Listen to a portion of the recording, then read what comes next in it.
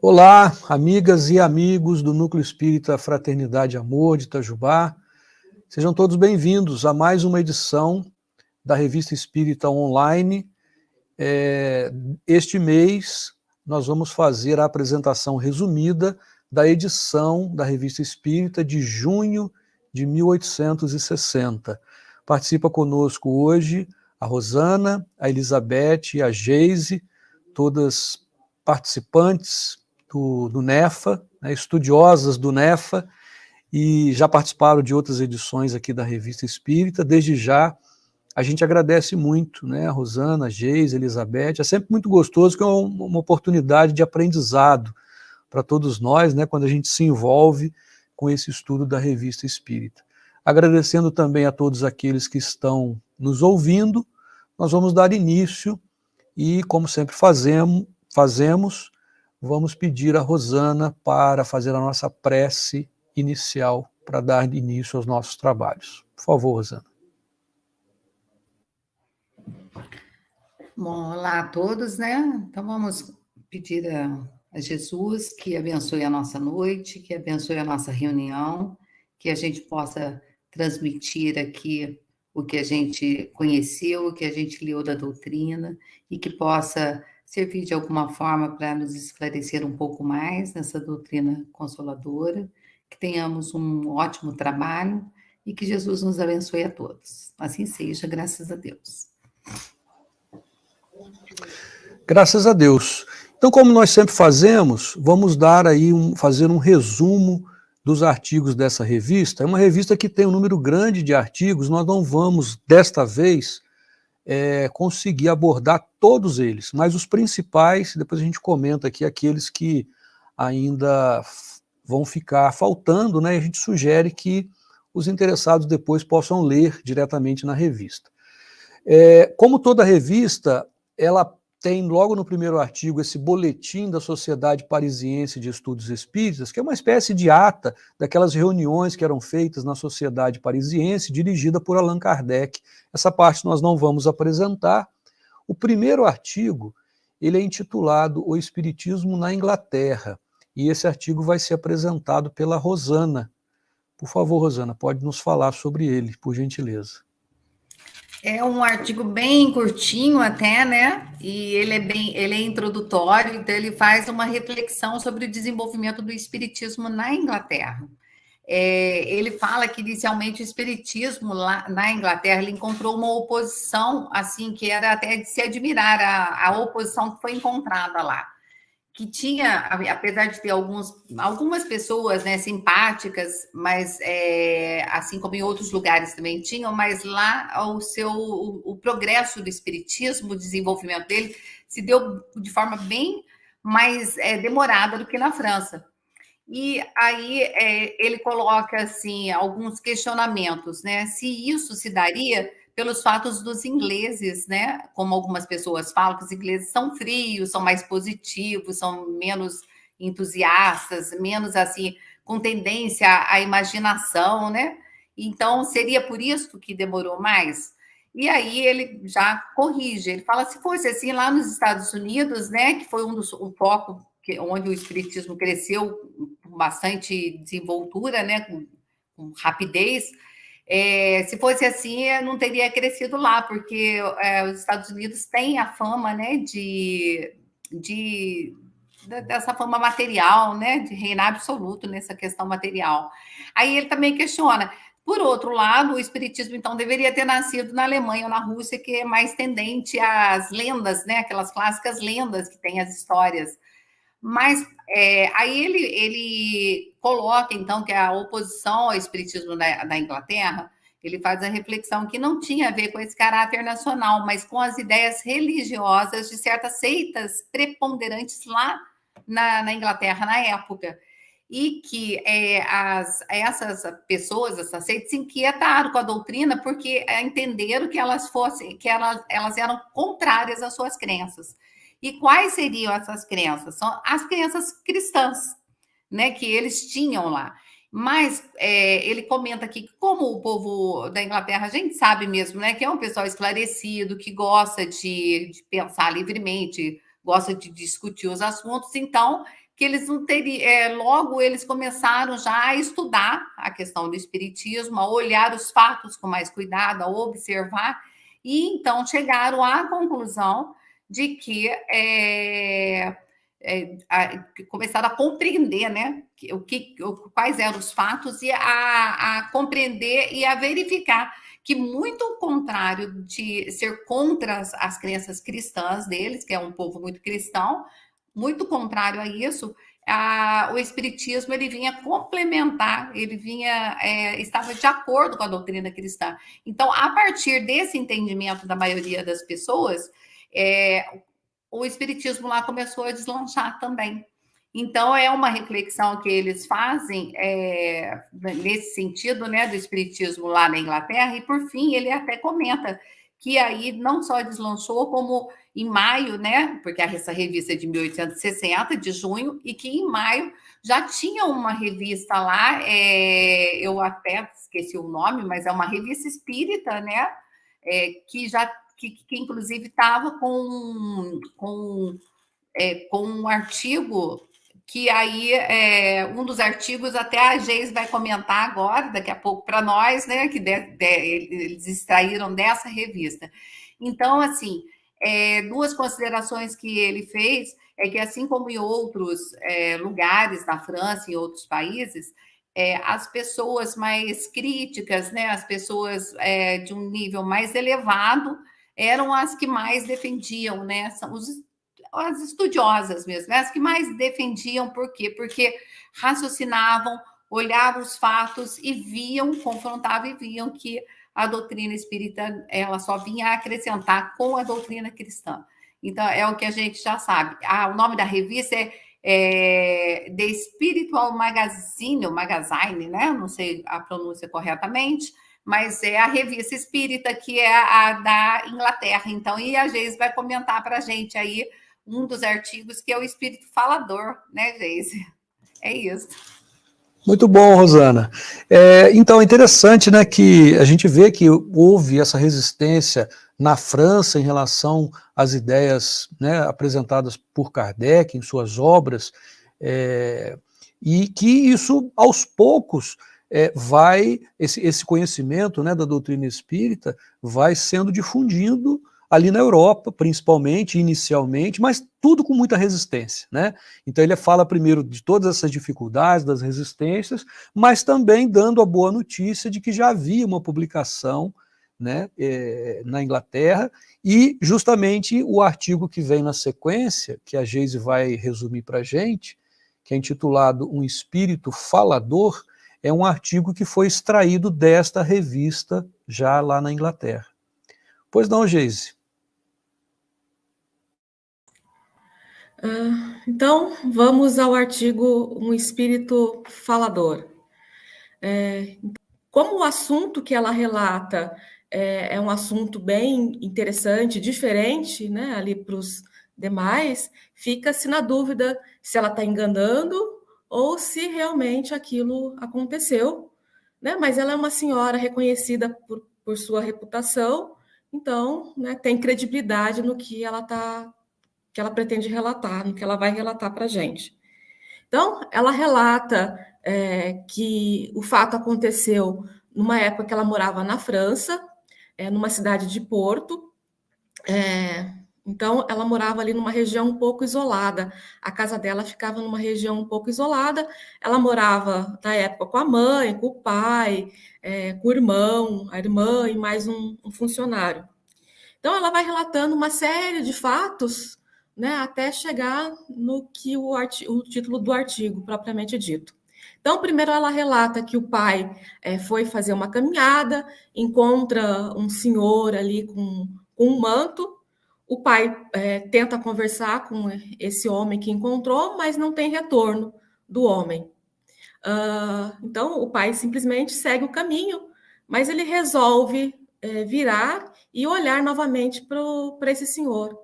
Só que ele não encontra mais ninguém ali, né? E fica procurando, mas não encontra mais ninguém. Então, esse é o primeiro fato que ela relata. Naquela mesma noite, a família começa a escutar barulhos, gemidos, ruídos. ali na casa deles mesmo, né? Passa-se mais um tempo, a senhora, né, que está relatando a história, escuta novamente ruídos, mas até esse momento os pais não acreditam que esses ruídos têm algum fundo de verdade, né, que seria mais fruto da imaginação.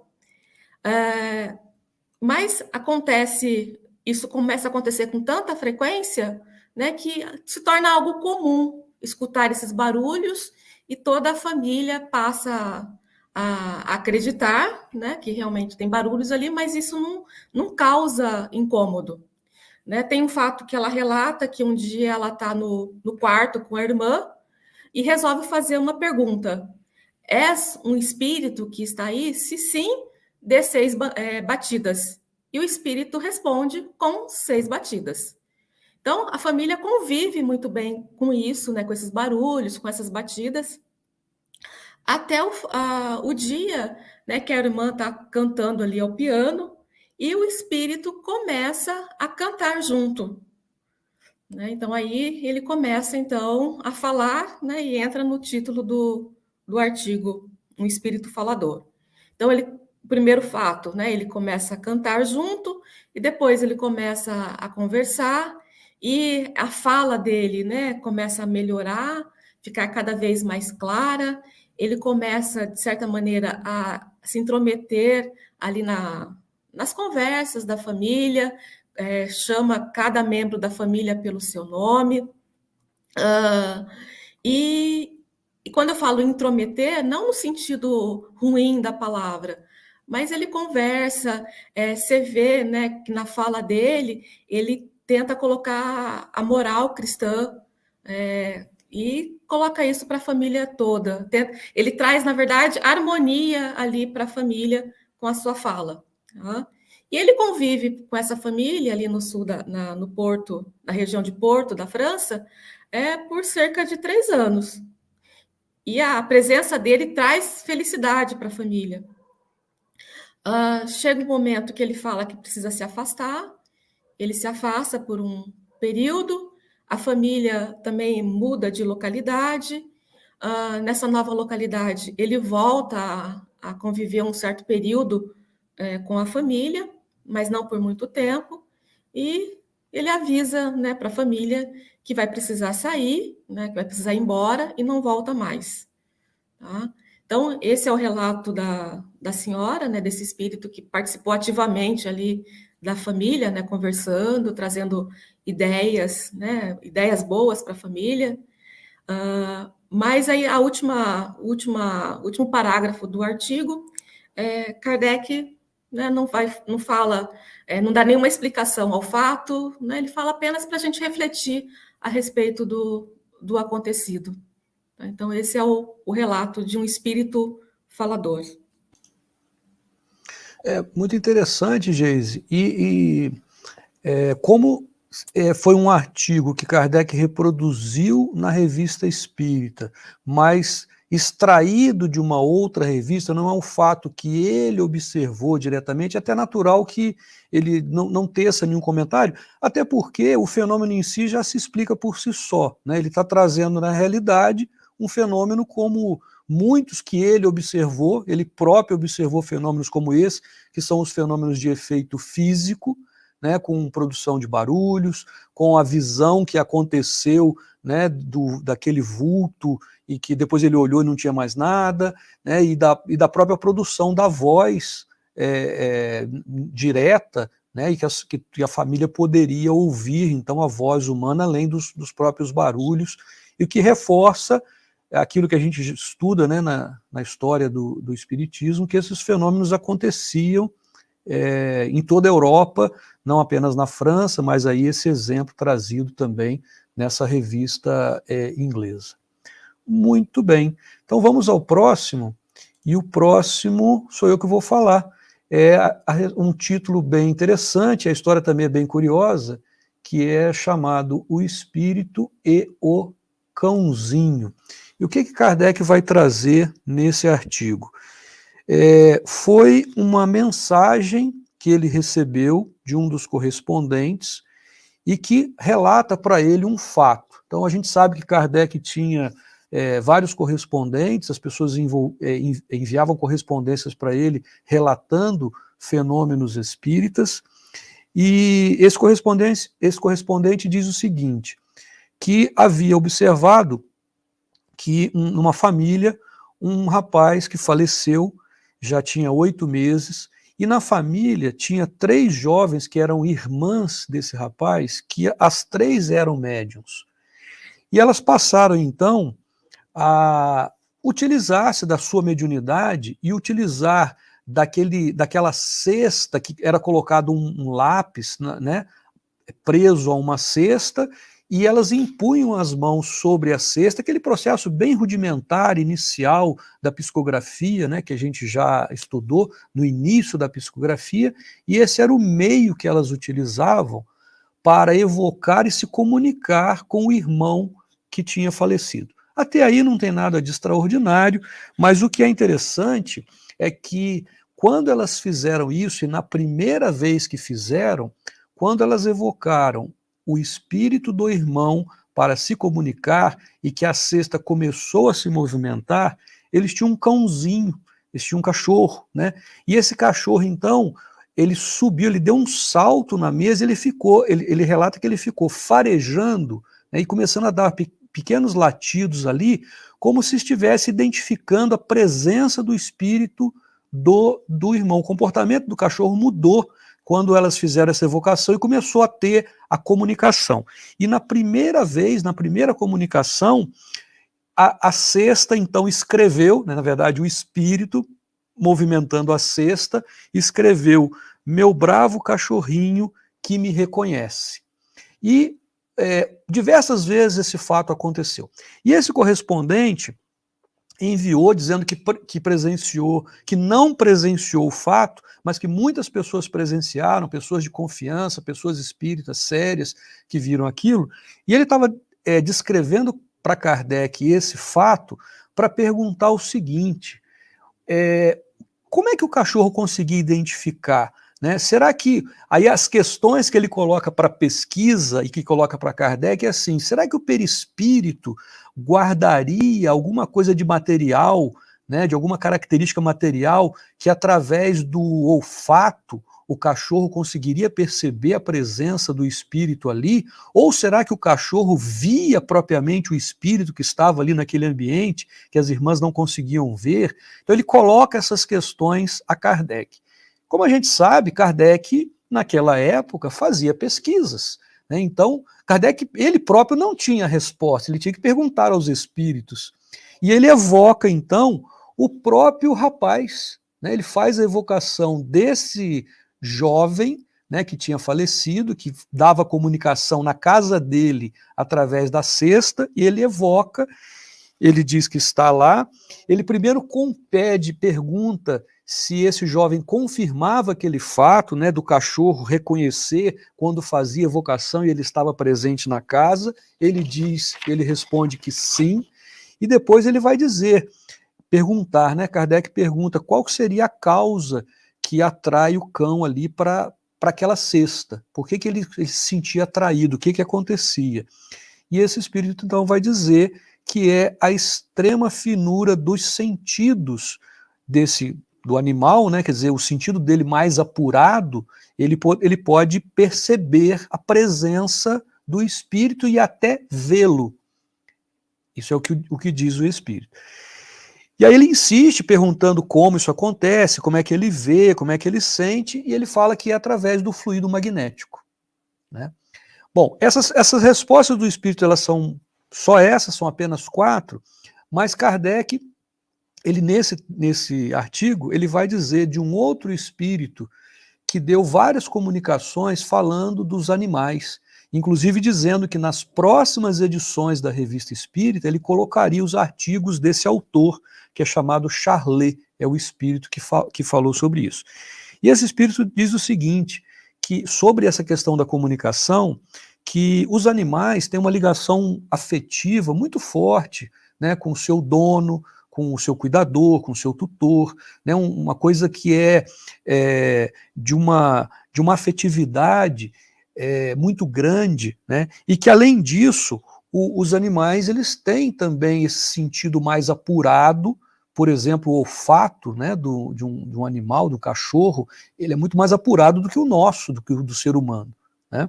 Então ele vai falando sobre isso. Mas, além disso, ele fala, de um modo geral, das faculdades sensitivas do animal, mais apuradas do que a nossa. E que o animal, na realidade, ele tem alma, né? Ele tem uma alma que é diferente da do ser humano, ele tem uma inteligência instintiva e que ele é capaz, sim, de perceber a presença do espírito desencarnado. E depois um outro espírito, Kardec colocou aqui a explicação de vários espíritos para esse fenômeno, ele coloca de uma forma muito interessante, que ele escreve assim: o cão farejava a presença do dono. Quando digo farejava, ele coloca o farejava entre aspas, né, porque não é materialmente falando, ele coloca assim: entendendo que os seus órgãos percebiam sem que os olhos vissem, sem que o nariz sentisse, mas todo o seu ser estava advertido da presença do dono, que é muito semelhante ao que acontece com um médium, né? O médium que vê um espírito, ele vê sim, ele percebe, mas com os olhos da alma, ele não percebe com os olhos propriamente humanos. Quem ouve, ele não percebe com os ouvidos, né? Então, ele percebe no todo, com a alma, essa presença e essa comunicação. E ele diz que com o animal acontece de modo semelhante, ele pode sim perceber a presença do seu dono desencarnado, sentir, perceber que ele está ali. Interessante, né? Kardec diz que ele vai, nas próximas edições, tratar dessas questões dos animais. Eu sei que tem muitas pessoas que têm esse interesse, né, essa curiosidade de saber também como é que acontece com os animais, né, que quando morrem, né, o que acontece com eles, e ele vai depois tratar desse tema. Ok? Então, esse era um artigo. E agora, para completar essa primeira rodada, né, dos 4 primeiros artigos, né, a Elizabeth vai nos falar sobre o artigo Uma Semente de Loucura. Fica à vontade, Elizabeth. Sim. Bom, esse artigo, Uma Semente de Loucura, ele é o resultado de um hábito que Kardec tinha, um costume que ele tinha na época de ler os jornais da época e comentar, analisar os artigos que ele achava que eram relevantes para a doutrina.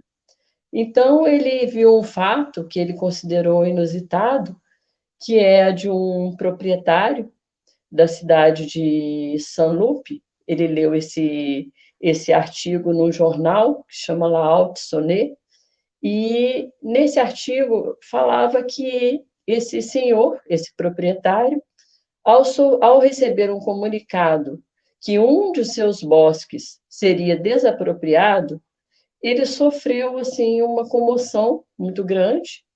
Ele não quis aceitar aquilo, teve uma impressão, aquilo causou uma impressão muito forte nele. Ele foi dando sinais de uma alienação mental, o que culminou com o seu suicídio no Ribeirão de Combatô por afogamento. E aí Kardec comenta que realmente é um fato inédito, pois desapropriações são fatos corriqueiros, né? O que se vê normalmente são reis destronados suicidarem, jogadores inveterados que, após se verem na ruína, acabam por ficarem desesperados e se suicidam, mas realmente é um fato inusitado. E ele comenta que, na época, deveria ser um comentário muito proeminente, porque ele chega a falar que o espiritismo era assim atacado no sentido de provocar a loucura das pessoas. E ele diz que existem loucos muito antes de existir espiritismo, que sempre existiu louco, né? E as pessoas comentando sobre o caso, uns falavam que era devido a um cérebro fraco, outros tinham que concordar que poderia haver uma predisposição natural para a loucura, sabe? Mas ele começa a fazer um paralelo entre a doutrina espírita e o fato ocorrido. E ele diz que, ao contrário do que muitos comentam, que a crença nos espíritos provoca loucura, não é isso que se vê.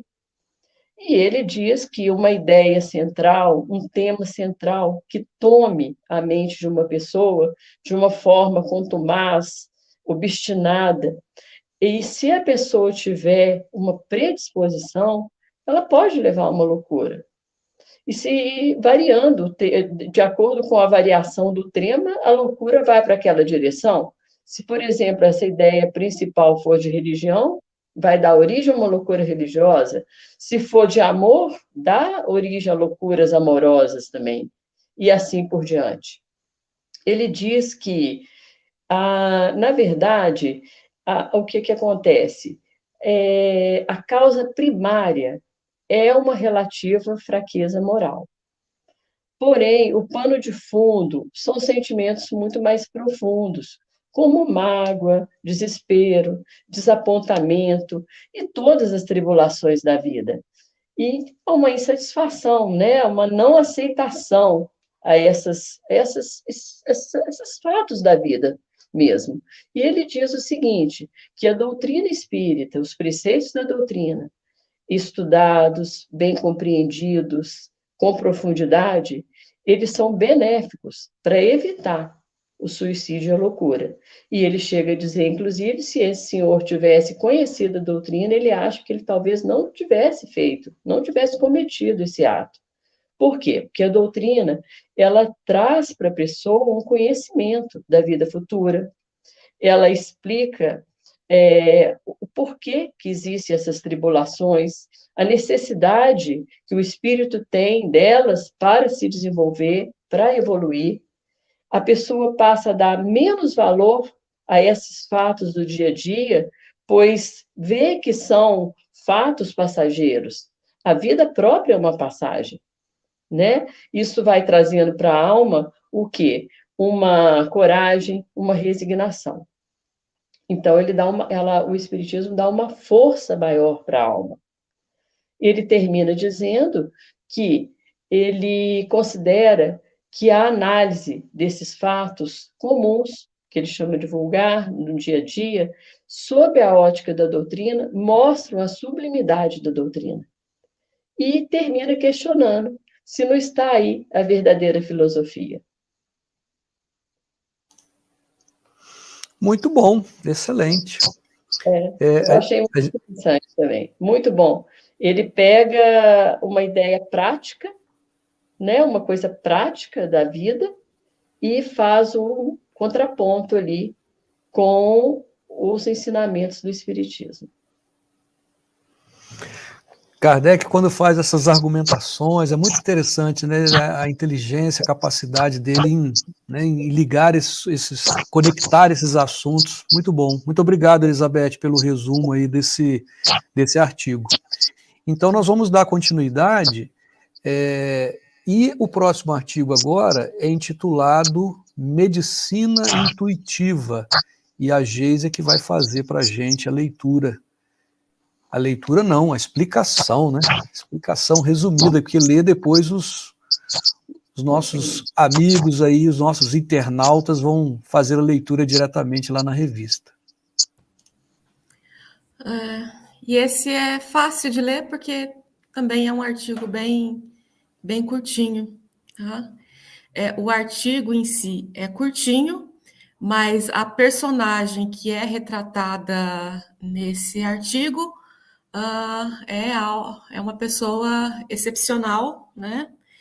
Tanto é que ela já foi personagem de outros artigos da revista Espírita, inclusive da revista de março tem um artigo com o nome dela, que o de março é Um Médium, Curador, Senhorita Desirê Godu, que é a personagem desse artigo Medicina Intuitiva. Então, não só nesse artigo de março, mas ela na revista de fevereiro, de maio, sempre tem algo remetendo a essa personagem, né? Então, já foi falado das características dela, né? Então, o trabalho dela é de pura filantropia, ela é uma pessoa piedosa. Então, o objetivo desse artigo, Medicina Intuitiva, não é para falar das curas, porque isso acho que já foi mencionado anteriormente, né?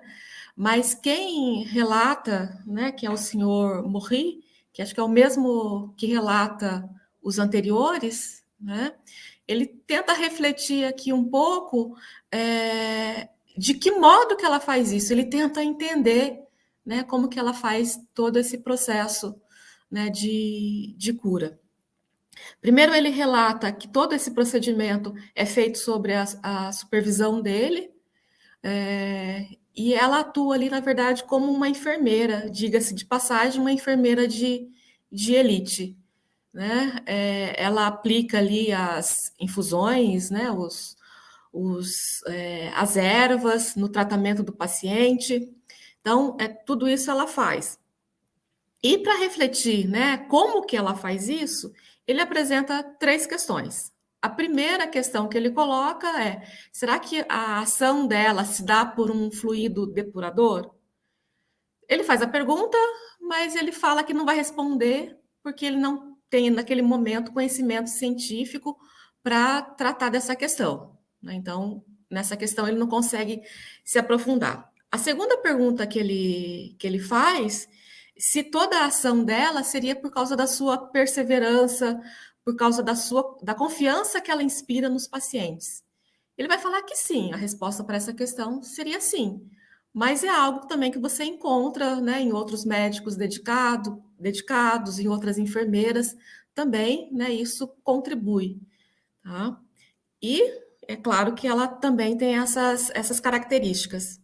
E a última pergunta que ele faz, né, para refletir um pouco sobre a questão, se tem a ver com o sistema de medicação que ela aplica, que ela dirige ao paciente. Aí a resposta, nesse caso, é sim. Né? Ele traz ali no artigo um pouco de como que ela faz. Né? Aqui eu trago um exemplo, né, que ele menciona.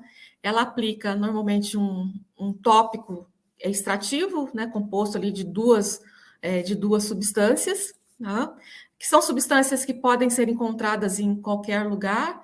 No artigo ele fala, né, que pode ser encontrada numa choupana ou num castelo. Tá? Então, basicamente, ela aplica ali ungüentos, né, simples, né, que na verdade nem podem ser classificados como medicamentos, ele relata isso, e que vai apresentar ali os mais variados efeitos. Mas, na verdade, ele chega à conclusão que ele não consegue entender muito bem. Na verdade, ele não traz com base no que ele conhece, no que ele acredita, ele não tem uma resposta, né, para o que acontece ali. E ele fala que ele vai relatar depois, porque tudo isso que ele traz nesse artigo, né, esses extratos que ela aplica, tudo isso é de forma externa, né? Aí depois ele fala que ele vai falar num próximo artigo, né, sobre a medicação interna. Então, teremos muito pela frente ainda da senhorita Désirée Godu. Tá? É isso. Muito legal. Como você falou, Geise, é uma sequência de artigos, né? A Rosana, inclusive, acho que já apresentou, se não me engano, da revista de março, né? Falando desse. Eu também já apresentei numa anterior. E o curioso é que a pessoa que descreve, né, é um médico, ele tem conhecimento de medicina, é um médico daquela época, e que fica surpreso com tantas curas que ela é capaz de fazer, mas deixando claro assim, ela não é propriamente uma médium de cura, que com seu magnetismo ela consegue curar as pessoas, como fazia Jesus, né? Na realidade, ela recebe do mundo espiritual receitas que utilizavam coisas naturais ali, né, medicação natural, folhas, com chás, com uma série, os ungüentos que ele fala ali, né, que ele aplicava, e que ele observava curas que, para muitas delas, na opinião dele, seriam casos assim, sem possibilidade nenhuma de cura, né? E fica essa questão de como isso pode acontecer, né? E que ele continue estudando, pesquisando, para que nos próximos números a gente tenha esse conhecimento, né, do como, né? Mas é muito, muito legal realmente esses artigos aí. Muito obrigado, Geise. Muito bem. Então vamos tratar agora de um outro, que é bem curioso e também uma sequência da revista, ou faz referência à revista do mês passado, e o título é Erro de Linguagem de um Espírito, né? Erro de linguagem de um espírito. O que aconteceu? Na revista de maio, Kardec apresentou um fato que é um fenômeno da escrita direta. Então, uma pessoa que acompanhou, que foi testemunha desse fenômeno de escrita direta, onde colocado, inclusive ela diz que usou um próprio papel que ela levou, porque ela estava ali para observar aquele fenômeno, a pessoa que escreve, né, a Kardec, ela levou um papel que era um papel que ela mesma levou, quer dizer, para não ter nenhum tipo de mistificação, né? Esse papel é dobrado, é colocado então numa gaveta, e eles fazem evocação a um espírito que possa então se comunicar e fazer a escrita direta naquele papel em que aparece né, algumas coisas escritas, etc., mas que não é através da psicografia. Os espíritos, então, eles utilizando o fluido, né, fluido magnético, eles vão impregnar ali como se fosse uma tinta, né, mas fazendo isso fluidicamente. E aí ele vai contar que em cerca de 10 minutos, eles vão lá, abrem aquele papel e realmente tem uma mensagem escrita em francês, né, uma mensagem muito curta, dizendo que Deus os abençoe, aí aparece a palavra Jesus, aparece um sinal de uma cruz, enfim, alguns sinais, algumas mensagens curtas. Então, ele verifica aquilo, e naquela mesma sessão eles repetem esse procedimento. E na segunda vez, de forma semelhante, eles fazem, e aparece uma mensagem agora escrita em inglês.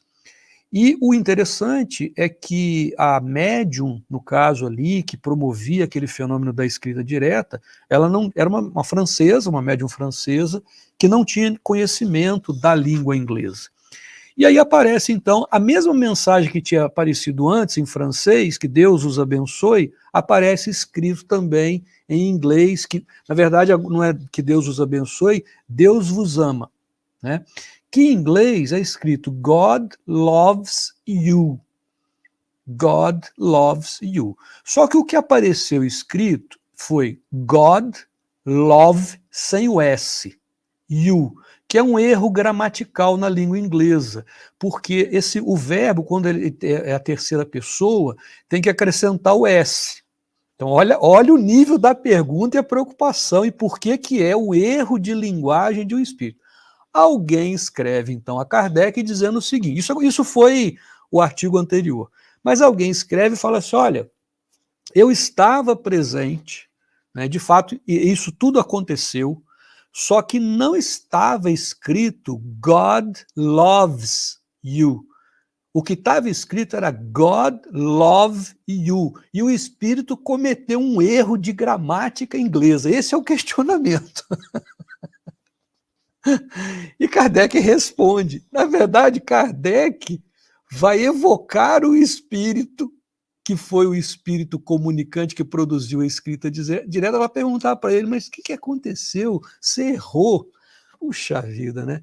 E, na verdade, esse espírito vai, inclusive, censurar esse tipo de questionamento, porque eles estavam diante de um fenômeno extraordinário de escrita direta num papel, né, com uma mensagem, poderia ser um risco, poderia ser o que for, e estavam questionando que o espírito errou, né, a gramática inglesa e não colocou um S onde deveria colocar, né?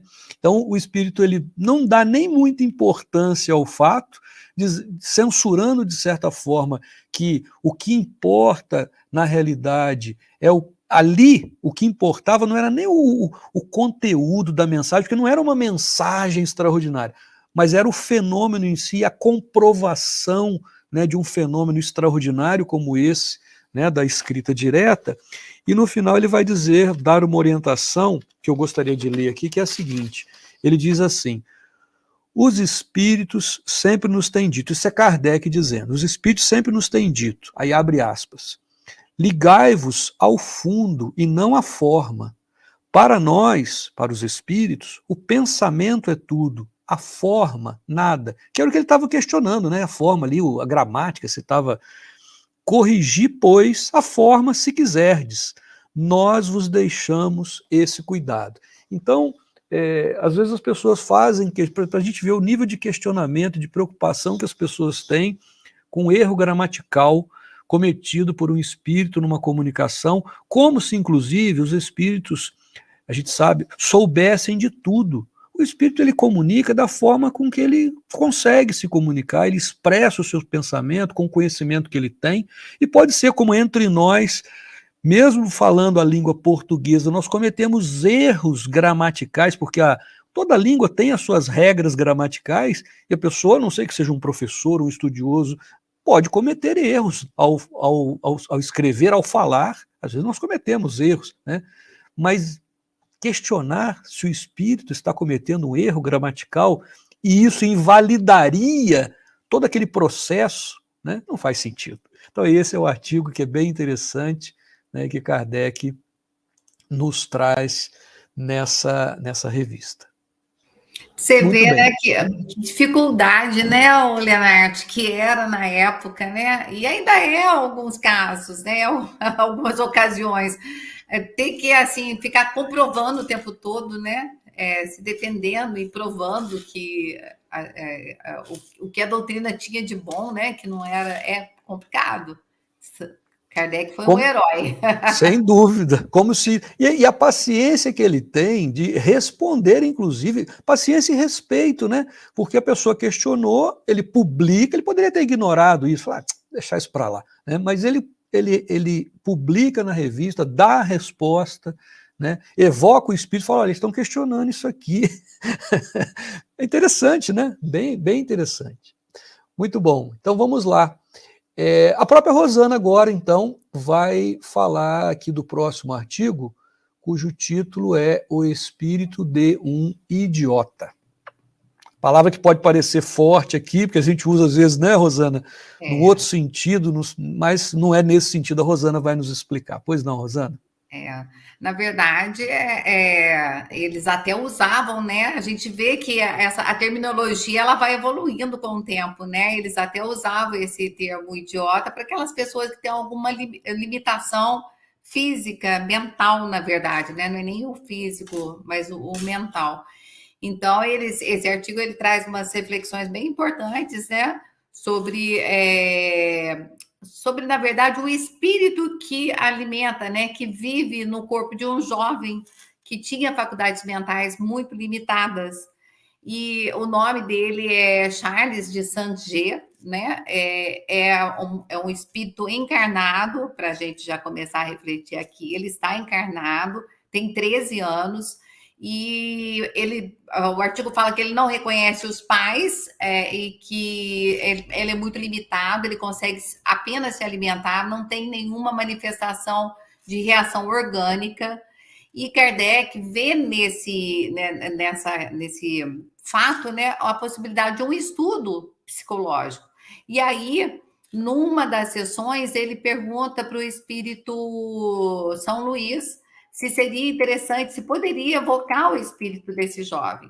E aí, São Luís, ele fala que existe sim a possibilidade, porque ele está ligado ao corpo, né? O espírito está ligado ao corpo apenas por laços materiais e que pode se desprender, possivelmente, quando está dormindo. A gente já tem estudado isso, já tem sabido disso, né? E aí ele vai e evoca o espírito do jovem, e esse espírito ele já se apresenta como um pobre espírito que está preso à terra, como ele usa esse termo, preso à terra como uma ave pelo pé. Então ele já começa relatando que tem consciência da sua nulidade neste mundo e que sente o cativeiro que ele vive, que ele percebe. Porque a gente faz a seguinte reflexão: a gente acha que uma pessoa que tem essa limitação mental, que ela não está percebendo o dia a dia, que ela não está sentindo nada. E aí esse artigo ele faz esse tipo de reflexão, né? Quando Kardec evoca o espírito relata o que se passa, na verdade. E aí, esse espírito do Charles, ele fala que quando ele repousa, quando ele dorme, ele fica livre, e daí ele pode se desprender e ficar mais ao céu a que ele aspira, é o comentário que ele faz. Ele relata que o espírito dele é uma punição nessa vida, é uma punição, na verdade, pela existência anterior, que ele foi um jovem libertino ao tempo do rei Henrique III, e que não soube certamente aproveitar a vida e hoje estava tendo uma certa punição. Ele até fala aqui que é uma punição de Deus, mas nós sabemos que são as leis naturais de Deus, que a gente acaba tendo a lei do retorno, né? E aí ele relata isso daqui. Você vê que não é um espírito muito evoluído nem estudado, né? Ele só está relatando o que está acontecendo com ele. Aí Kardec pergunta como que a existência atual pode servir para o progresso dele, e no estado de nulidade em que ele se encontra. E aí ele fala que não é nula perante Deus. Mais uma vez a gente percebe que é perante as leis naturais de Deus, né?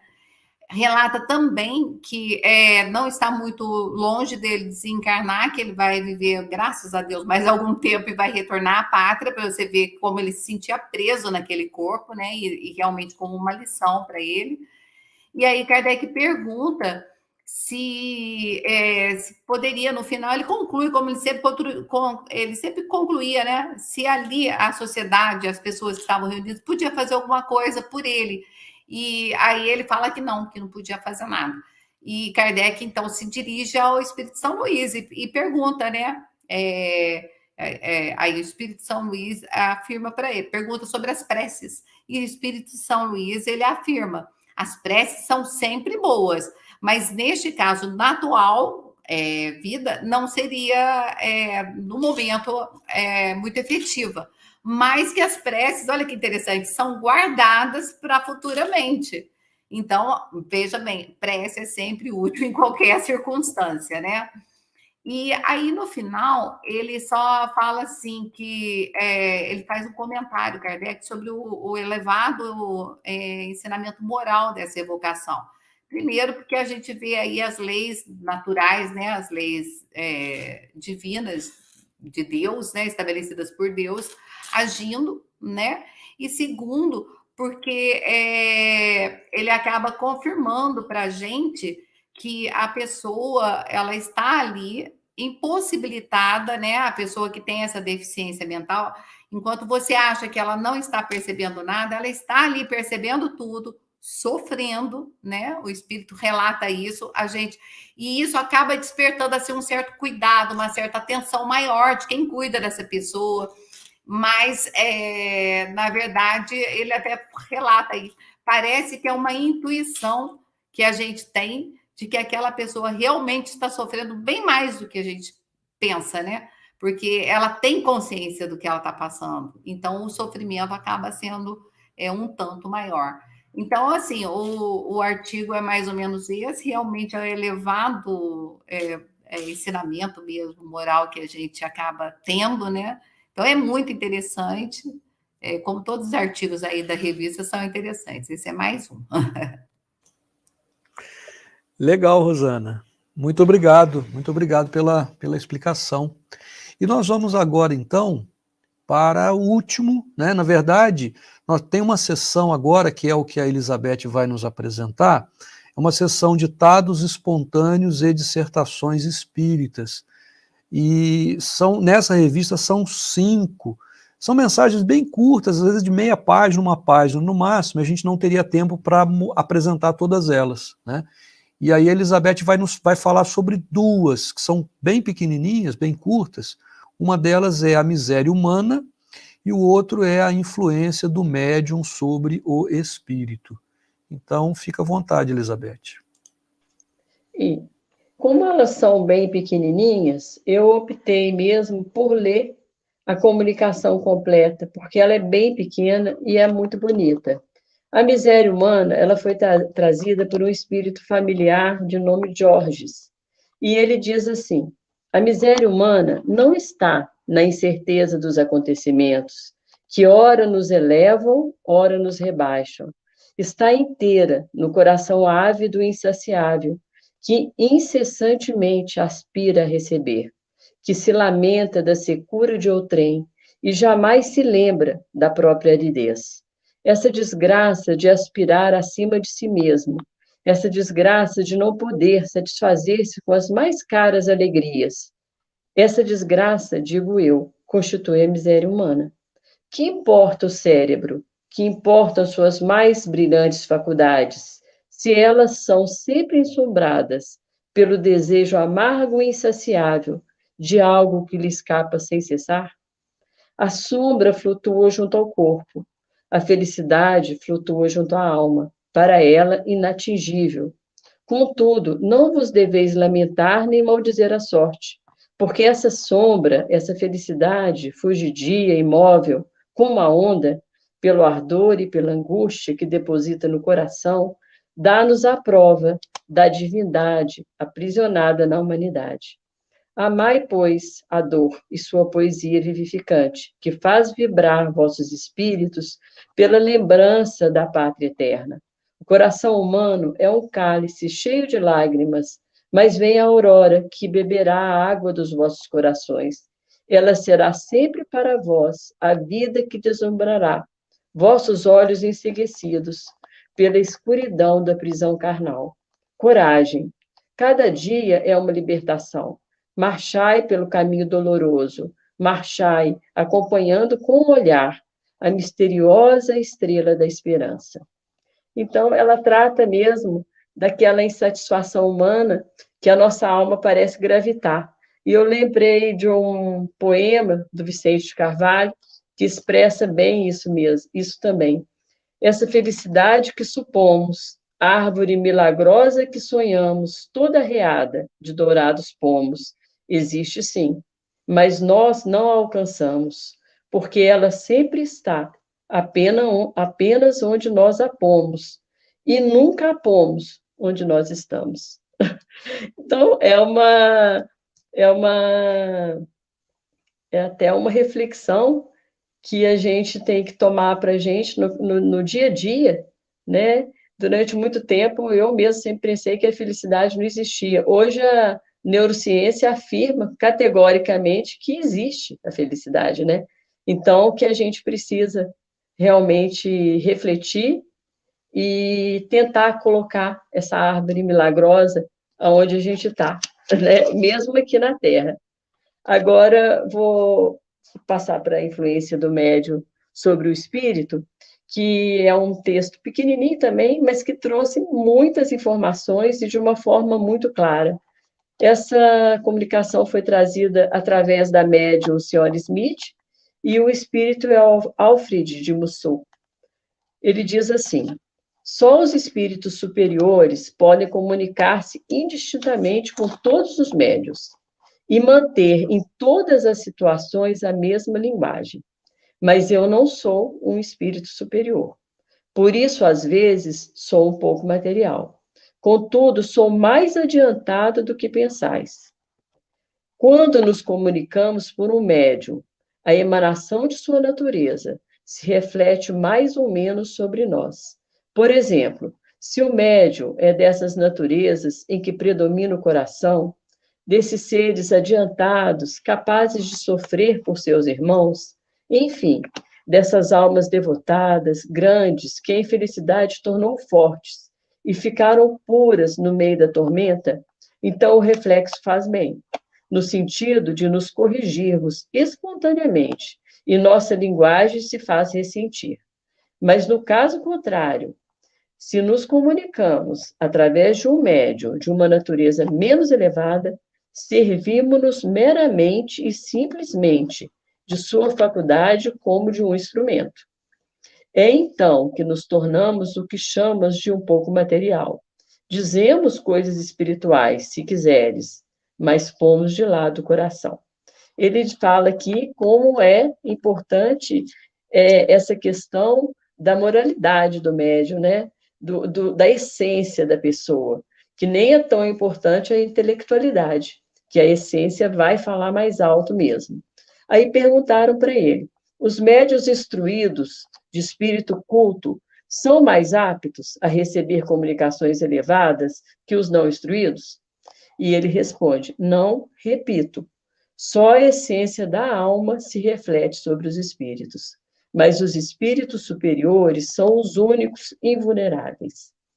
Então, somente um espírito superior pode se comunicar através de qualquer médium sem sofrer a ação daquela essência do médium sobre ele, né?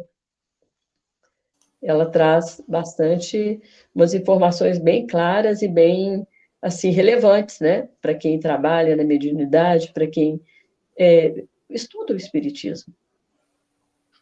Com certeza, Elizabeth, com certeza. E nesse caso, né, os dois artigos que você nos trouxe, você até fez muito bem de ter lido, porque são artigos bem, não são artigos, eles são mensagens pequenas, que são mensagens ditados espontâneos, ou seja, diferentemente daqueles casos onde Kardec evocava os espíritos, né, esses espíritos eles se manifestam espontaneamente nas sessões que Kardec realizava, né, e então transmitem esse tipo de comunicação. E nesse sentido nós temos ainda nessa revista o artigo que é intitulado A Vaidade, que é um artiguinho pequeno também, de uma página só, que é uma mensagem, a tristeza e o pesar e a fantasia, que por uma questão de tempo nós não vamos conseguir apresentar aqui, mas sugerimos, né, que aqueles que estão nos assistindo depois acessem a Revista Espírita de 1860, os artigos de junho. A revista, a gente sempre diz aqui, ela está disponível na internet, gratuitamente, a própria Federação Espírita Brasileira, na página oficial da Federação Espírita Brasileira, disponibiliza para download a Revista Espírita completa. Tá? Muito bom. Alguém quer fazer algum comentário? Tudo bem? Muito bom. Então eu só queria, antes da gente finalizar, agradecer mais uma vez Rosana, Geise, Elizabeth, agradecer a todos que nos acompanharam, né, por mais essa revista espírita. E para finalizar, nós vamos então pedir que a Elizabeth faça, por gentileza, a nossa prece final. Sim.